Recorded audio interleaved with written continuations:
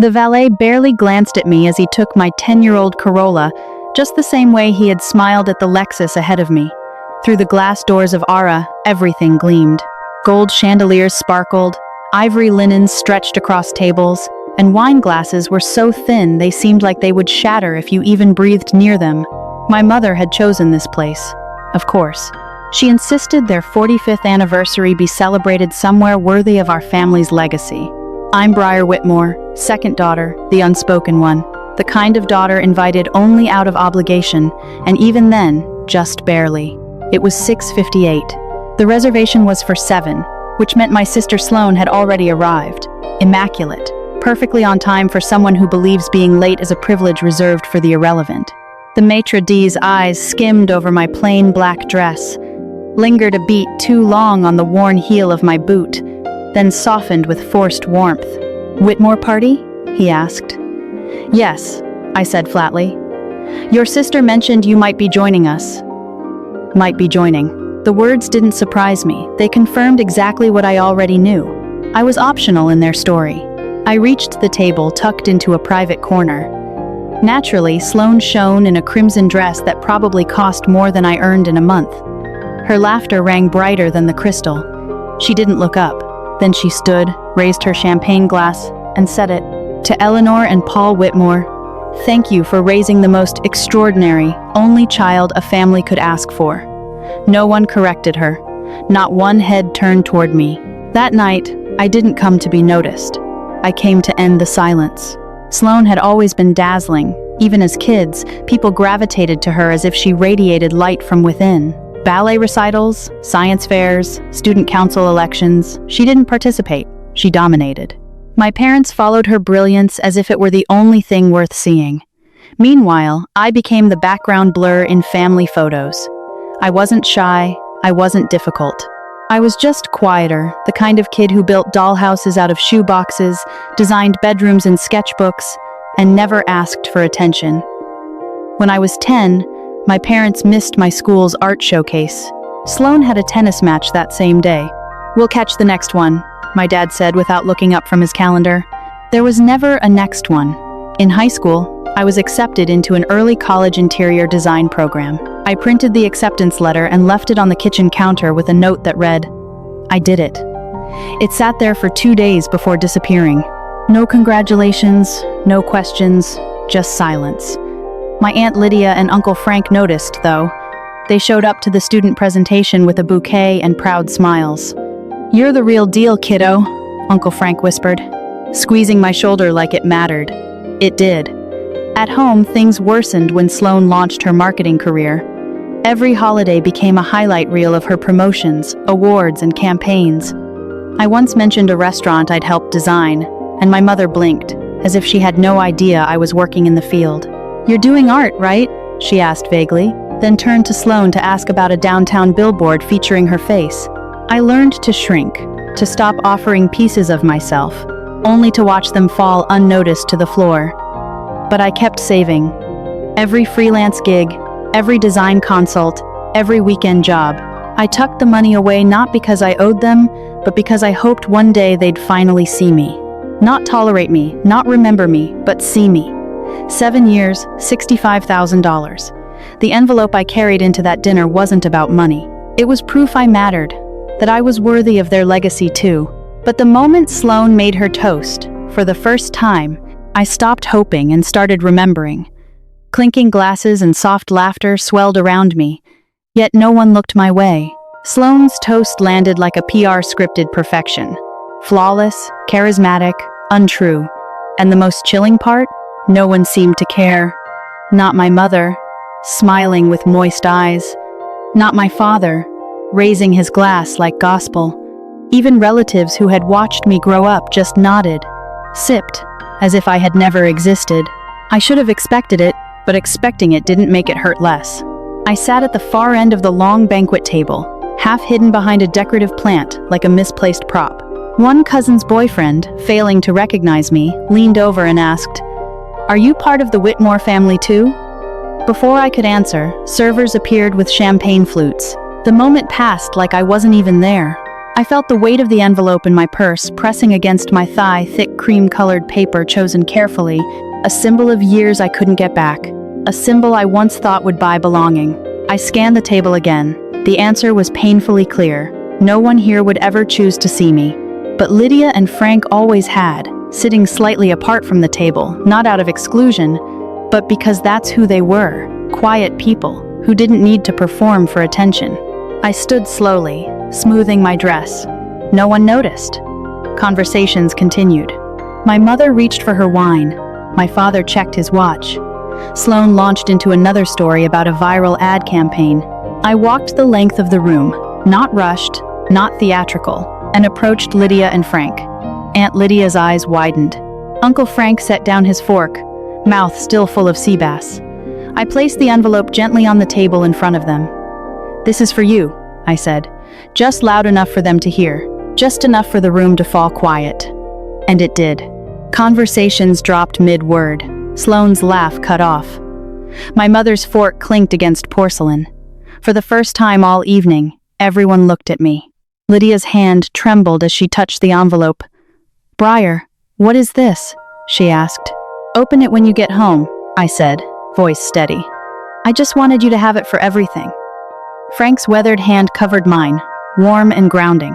"You didn't need to do this," he said softly. "You saw me," I whispered, and that was enough.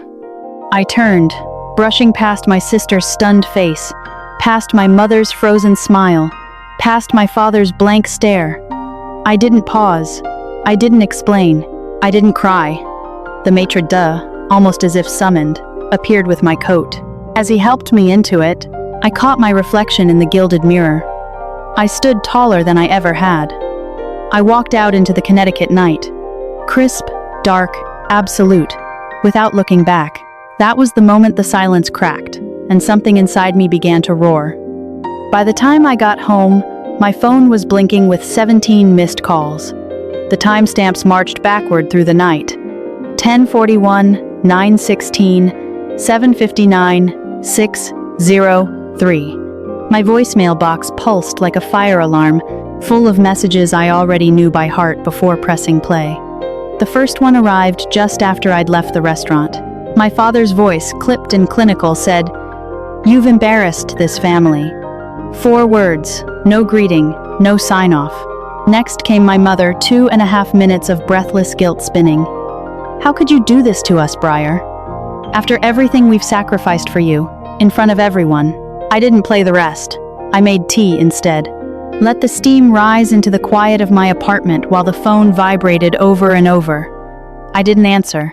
I just listened to the kettle boiling, the clink of porcelain, real things, solid things. At noon, Sloane sent a text. It was a screenshot of something I had sent Aunt Lydia 3 years earlier during a breakdown that felt endless. I had written, "Sometimes I want to scream until they finally remember I exist." Sloane's caption read, "Clearly, you've been unstable for a while. We're all very concerned." I blocked her number. Then I blocked our parents.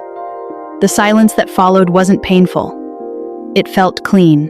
Aunt Lydia called soon after, her voice soft, trembling. "We haven't opened the envelope yet.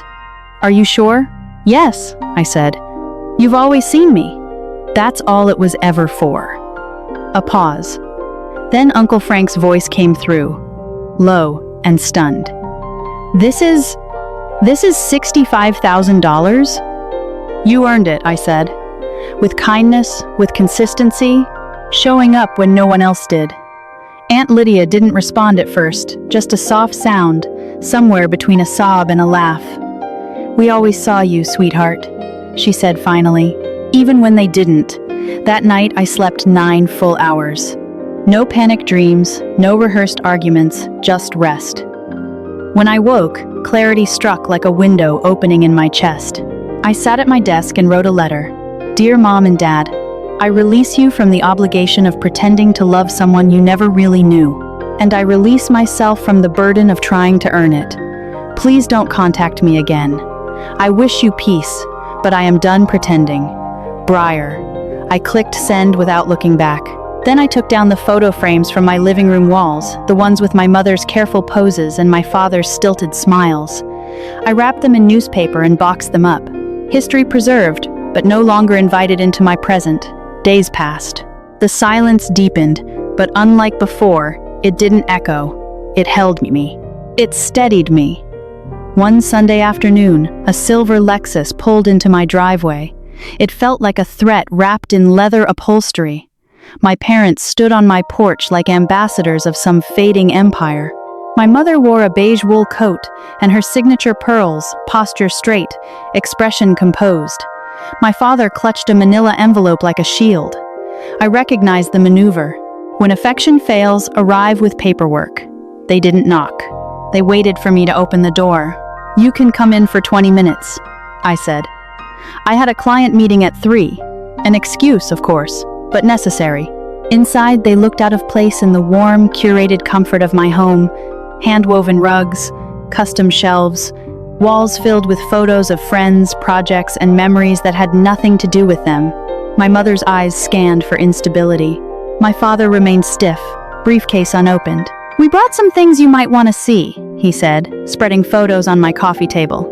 Baby pictures, school awards, a few blurry birthday shots. My mother perched on the edge of the couch.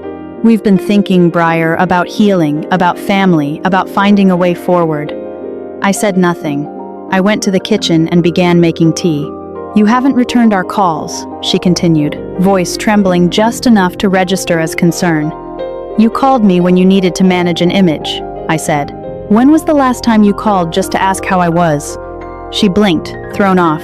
My father shifted. I returned with the tea tray, setting it down beside their curated photo offering. "You always had support," my father snapped. "Look at these moments. We were there."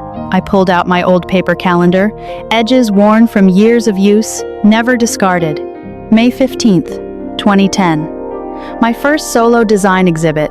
I invited you. Carol drove 4 hours to be there. You RSVP'd. Yes, you never came. December 3rd, 2012. Emergency appendectomy. The hospital asked if I had next of kin. I gave them your numbers. Neither answered. Lydia stayed through the night. My father's face flushed. We had commitments. Your sister. Always your sister. No, I said, quiet but unwavering. You raised Sloan. I raised myself. They stood there, once holding all the power. Now, just guests overstaying welcome. I walked to the front door and opened it. I wish you peace, I repeated, but I need space. They hesitated, then left. I closed the door, stood still for a long moment, breathing in the quiet. Then I poured my tea, cold but tasting like truth. The morning after they left, everything felt lighter. The silence in my apartment wasn't lonely anymore. It was peaceful. My phone remained quiet, no calls, no messages, but that silence no longer gnawed at me. It comforted me. It reminded me that peace isn't always soft. Sometimes it arrives like a door closing behind you. A few days later, Aunt Lydia called. We haven't touched the envelope, she said gently, but we've been thinking. Would you be okay if we use some of it to start a scholarship for design students, kids like you? Frank's voice added from the background. Only if your name's on it, if that's what you want. My throat tightened. Yes, I said. I want that. The announcement came the next week in the local paper. The Briar Whitmore Design Scholarship was established to support emerging artists who needed help being seen. A quiet piece, tucked between a winter festival ad and a pancake breakfast fundraiser, but to me it felt louder than anything my family had ever said about me. Then came Maris, a young design student, soft-spoken and unsure. She arrived at my office with a worn sketch pad and a printed email from her advisor. I heard you might be willing to mentor someone. Her designs were raw, emotional, brimming with promise. Tell me what you want your spaces to feel like, I said. She blinked. I don't know if I'm allowed to want anything. I just want to do it right. You're allowed, I said. You don't need permission to take up space. That became our first lesson. My apartment began to shift. Photos of Lydia and Frank went up on my walls. Framed sketches from Maris, snippets from projects I had once kept hidden in case they seemed too bold, now took center stage.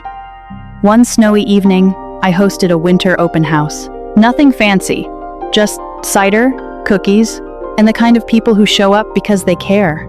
That night, I stood in my kitchen and looked around at faces that felt like family. No one asked about my parents.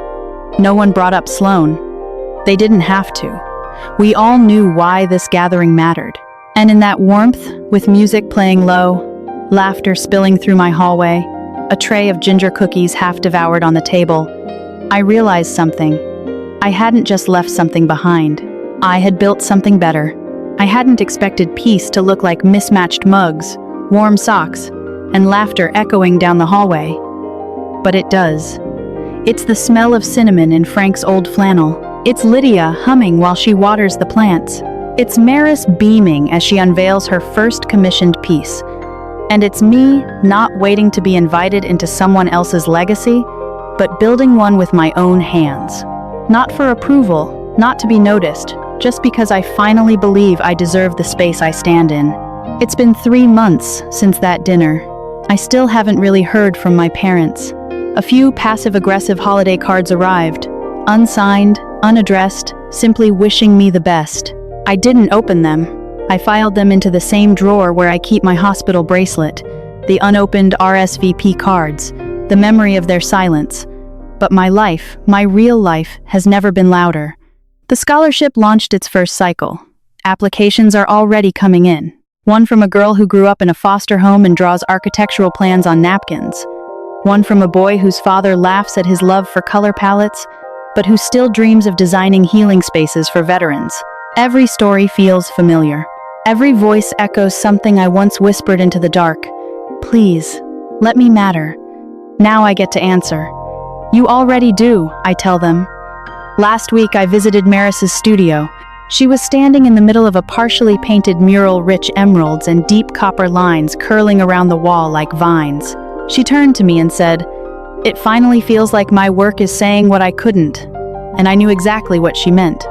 The old family photos are gone, replaced by frames filled with people who chose me, who welcomed me, who saw me without asking me to shrink.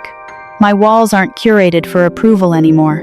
They're layered with life, love, and light. Sometimes, when I water the herbs Lydia helped me plant on the windowsill, basil, rosemary, thyme, I think about that moment in the restaurant, how I had planned to buy my parents' love with $65,000, a handwritten letter and hope, and how, instead, I gave all of it to the only people who ever asked how I really was. People who didn't need a perfect toast or a photo op to prove I belonged. These days, I don't shrink from the word family. I just define it differently. Family is who shows up when it isn't convenient. Family is who sees you in the shadows and never looks away. Family is chosen. I didn't walk away because I was bitter. I walked away because I was finally ready to stop proving I mattered. And the moment I did, I finally became someone I could believe in. I see me now. That's enough.